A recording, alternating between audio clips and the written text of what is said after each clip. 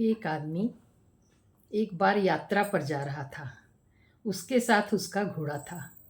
घोड़ा बहुत ही सुंदर था और उस व्यक्ति को अपने उस घोड़े से बहुत ज़्यादा प्रेम था। घोड़े को वह बहुत प्यार करता था। रास्ते में बहुत सुंदर देखकर उस घोड़े को लेने के लिए कई व्यक्ति आए। सब ने उसका दाम लगाया, इतने में दे दो, इतने में दे दो। वह किसी भी तरह नहीं माना कि मैं इस घोड़े को बेचना नहीं चाहता, मैं इसे बहुत प्यार करता हूँ, किसी भी कीमत पर नहीं बेचूंगा। पूरा दिन बीत गया, रात हुई। वह एक पेड़ से बांधकर घोड़े को और सो गया। लेकिन जब सुबह उठा तो उसने देखा घोड़ा नहीं है, घोड़ा चोरी हो गया। उसे तो बहुत दुखी हो जाना चाहिए था क्योंकि उसका बहुत प्यारा घोड़ा चोरी हो गया था। लेकिन लोगों ने देखा कि वह व्यक्ति तो बाजार जाकर मिठाई खरीद कर लाया और सबको बांटी उसने मिठाई, वहाँ जितने लोग थे। लोगों ने कहा, तुम्हारा घोड़ा खो गया है, तुम्हें क्या हो गया जो तुम मिठाई बांट रहे हो, तुम्हें तो दुखी होना चाहिए। इस पर वह व्यक्ति कहता है कि अरे मैं नहीं था उस घोड़े पर, भगवान को बहुत बहुत धन्यवाद, मैं ज़मीन पर सोया था।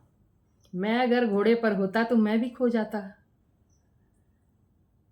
तो ये है उसकी सही सोच। उसके सोचने के तरीके ने उसे खुश ही रखा। जो भी हो जाए, अच्छा हुआ या बुरा हुआ, उसमें उसने अच्छाई ढूंढ ली और ईश्वर को धन्यवाद दिया। घोड़ा बहुत दिनों से उसके पास था, वह बहुत खुश था। तो उसने घोड़े के साथ अच्छे दिन भी देखे थे। तो ईश्वर को धन्यवाद दिया उसने कि मैं भी खो सकता था, मैं तो नहीं खोया, भगवान ने इतना तो बचा लिया मुझे।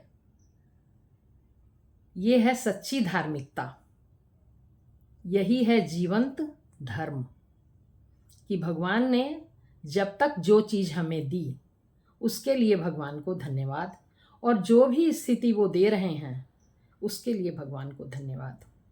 क्योंकि बहुत सुख के दिन भी उन्होंने ही हमें दिखाए, और अगर कोई विपत्ति आ जाती है तो भी उसे उसी दृष्टि से देखा जाए कि भगवान ने अच्छा ही किया। थोड़ी सी गड़बड़ होते ही हम भगवान से शिकायत करने लगते हैं। नहीं, जो हमें दिया उसके लिए भी ऑब्लिगेशन है, उसके लिए भी उनको धन्यवाद है, और जो अब जो भी दे रहे हैं स्थिति, उसी में हम खुश हैं, उसके लिए भी धन्यवाद है। तो धार्मिक होना, सच्चा धार्मिक होना इसी को कहते हैं। जरा सी गड़बड़ होते ही भगवान को ये क्या हुआ, वो क्या हुआ। भगवान ने हमें इतना सुंदर शरीर दिया है, किसी दिन किसी को पैर में चोट लग जाती है, किसी कारण से कभी एक्सीडेंट में पैर खो भी सकते हैं, हाथ खो भी सकता है, कोई भी शरीर का अंग गड़बड़ा सकता है। तो हम सारा दोष भगवान को ही देने लगते हैं। और जो इतना काल भगवान ने, इतना समय हमें इन सारी चीज़ों के साथ, सारे सुंदर शरीर के साथ हमें जो जीने के लिए समय दिया भगवान ने, उसके लिए हमें उनको धन्यवाद देना चाहिए। और अब भी जो दे रखा है वो भी बहुत कुछ दे रखा है, इसलिए उसके लिए भी ईश्वर को धन्यवाद दें। तो कुछ हो जाने पर बहुत शिकायत भगवान से न करें, क्योंकि सब सुख वो ही दे रहे हैं। जो स्थितियां हैं उसके लिए हमें उनको धन्यवाद देना चाहिए। यही हमारा सच्चा धार्मिक होने का निशान है।